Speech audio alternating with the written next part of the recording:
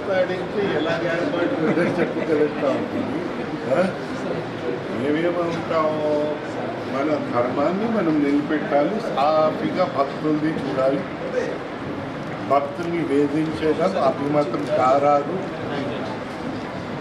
ప్రజాప్రతినిధులు వారి గౌరవాన్ని నిలబెట్టాలి, భక్తుల గౌరవాన్ని నిలబెట్టాలి. రెండు జరగాలి, అది ఇంపార్టెంట్. నా ఒకరికి గౌరవం ఉంటుంది, ఇంకా భక్తులకి గౌరవం ఉండదు అనుకుంటే పొరపాటు. అవన్నీ ఏమి ఉండకూడదు. అయితే ఈ సమయం మాకు ఒక ఆనందం పెంచింది ఒకటి ఉంది. ఎప్పుడో నేను యూనియన్ మినిస్టర్గా ఉన్న రోజుల్లో పైడితల్లమ్మ గుడికి ఒక భూమి అంటే అక్కడ అక్వైర్ చేసి అక్కడ ఉన్న షాప్స్ అన్నిటినీ అక్కడ ఇది ఇచ్చి వారికి రీహాబిలిటేషన్ ఇచ్చి ఇక్కడ పని చేయవలసి వచ్చేది. మొత్తం మన ధ్వంసం ప్రభుత్వం అది 5-6 సంవత్సరాలు ఆపేసింది. సో అది ఒక న్యూసెన్స్. ఇప్పుడు సమయం మళ్ళీ తిరిగి రాదు. అయితే నా మనవి ఏంటంటే ఈ 5-6 సంవత్సరాల్లో మనము ప్రతి సంవత్సరం మన కామన్ గుడ్ ఫండ్కి మన భక్తులు ఇక్కడ డబ్బు కట్టుకుంటారు పర్సంటేజ్ ప్రకారంగా. ఇప్పుడు ఏమైంది, ఇప్పుడు పనిచేసే ప్రభుత్వం వచ్చింది కనుక మనం ఏం చేస్తాము, అక్కడ ఇంప్రూవ్మెంట్స్కి మన ప్రజాప్రతినిధులు అందరూ సహకరించారు కనుక అట్లా గతంలో నా టెంపుల్సే 2 సంవత్సరాలకి అయింది.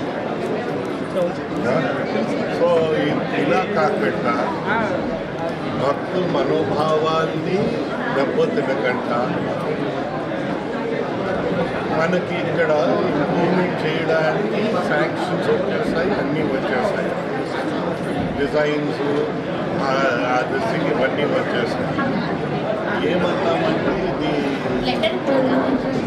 ఈ పండుగ అయిన తర్వాత పని ప్రారంభించాలి. వచ్చే సంవత్సరం పండుగ లోపల భక్తులకి ఆ సౌకర్యాలన్నీ అందుబాటుకి వచ్చేయాలి. ఫినిషింగ్స్ తర్వాత చేసుకోవచ్చు,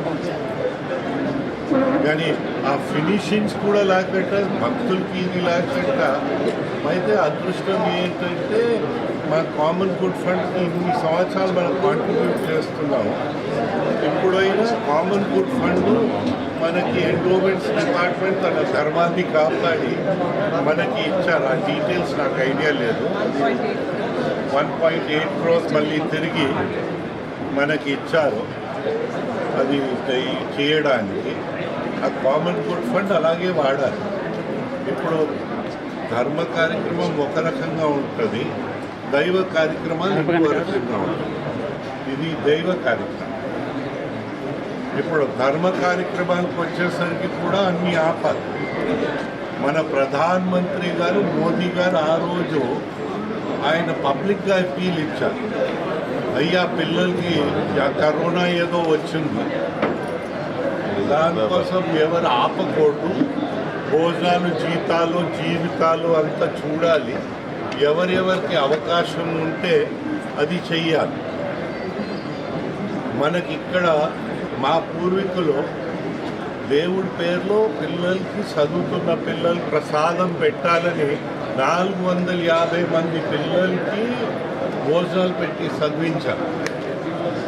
అయితే ఆ ధ్వంసం ప్రభుత్వం కనుక సోమర్పోతు ఈఓస్ కనుక ఆ పిల్లల కడుపుని తన్ని కన్నడం మంచిది కాదని నా పైన కేసులు ఈ రోజుకి కూడా నడుస్తాం.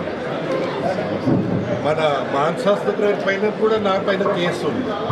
ఏంటంటే టీచర్స్కి ఇవ్వమంటే నా పైన క్రిమినల్ కేసు మన ఎఫ్ఐఆర్ ఈరోజు వరకు.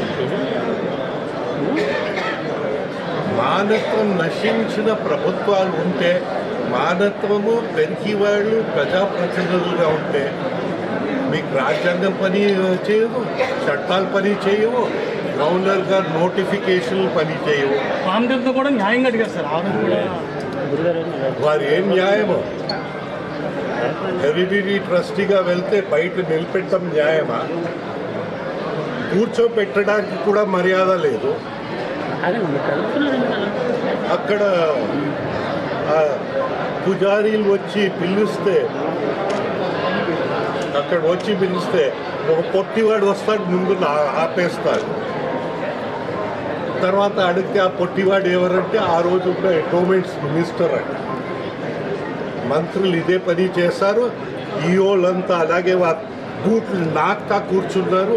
ఇది తప్పు అని నేను అంటాను. పారదర్శకత ఉండాలి. ట్రస్ట్ బోర్డు దేనికోసం అంటే పారదర్శకత కోసం. ఆ పారదర్శకతలో ఏమేం ట్రస్టీస్ చూపించాలి అదంతా చూపించాలి. వారు ఉత్సవ విగ్రహాలుగా కూర్చోపెట్టడం కాదు, వారి మనోభావాలు ఏంటి తెలుసుకోవడం, వారు ఇది చేయడం కాదు, పెద్దలు చేయడం కాదు, ఆ దేవుడికి సేవ చేయాలి. అది వారు చేయవలసిన విషయాలు. ప్రజాప్రతినిధులందరూ సహకరించాలి. అడ్రాకంట ఉండడం, కావాలంటే నేను తాళం వేసుకుని క్యూ ఆపేస్తాను, నా జేబులో పెట్టి అక్కడ కూర్చుంటాను, నేను పంపించిన వాళ్ళని లోపల పంపిస్తాను. ఇది ప్రజాప్రతినిధుల ప్రవర్తన. ఆ పిరికివాడియో అది కూడా కంట్రోల్ చేయలేని దుస్థితి మన రాష్ట్రం వెళ్ళింది. అలా రాకూడదు. దయచేసి అందరూ ఆ ధర్మాన్ని పాటించాలి. మనం అందరం మన ధర్మాన్ని పాటిస్తే నీట్గా అన్నీ జరుగుతాయి. అన్ని మతాలు గౌరవించబడతాయి. నీ సొంత మతాన్ని నువ్వు ఆరాధించు, అవతల మతాన్ని గౌరవించు. మన సంస్కృతి అది. అలా మనం వెళ్తే అందరినీ కల్పించి వెళ్ళాలి, తీసుకురావాలి. కానీ పెద్దలు కావు ఇక్కడ చేసేది. అది మాత్రం ఖాయంగా మనం అందరూ అర్థం చేసుకుంటాం. ఇప్పుడు అన్ని సాఫీగా జరుగుతాయని అనుకుంటా ఉన్నాం. చూడాలా దేవుడిదే. మా వాళ్ళందరూ వారి ధర్మాన్ని పాటిస్తే అన్నీ సాఫీగా అవుతాయి. దాంట్లో నాకు అనుమానం లేదు. నేను పెద్దవాడు అని ఎవరైనా వచ్చే ఆ పెద్ద మనిషి దండం పెట్టి అంతే.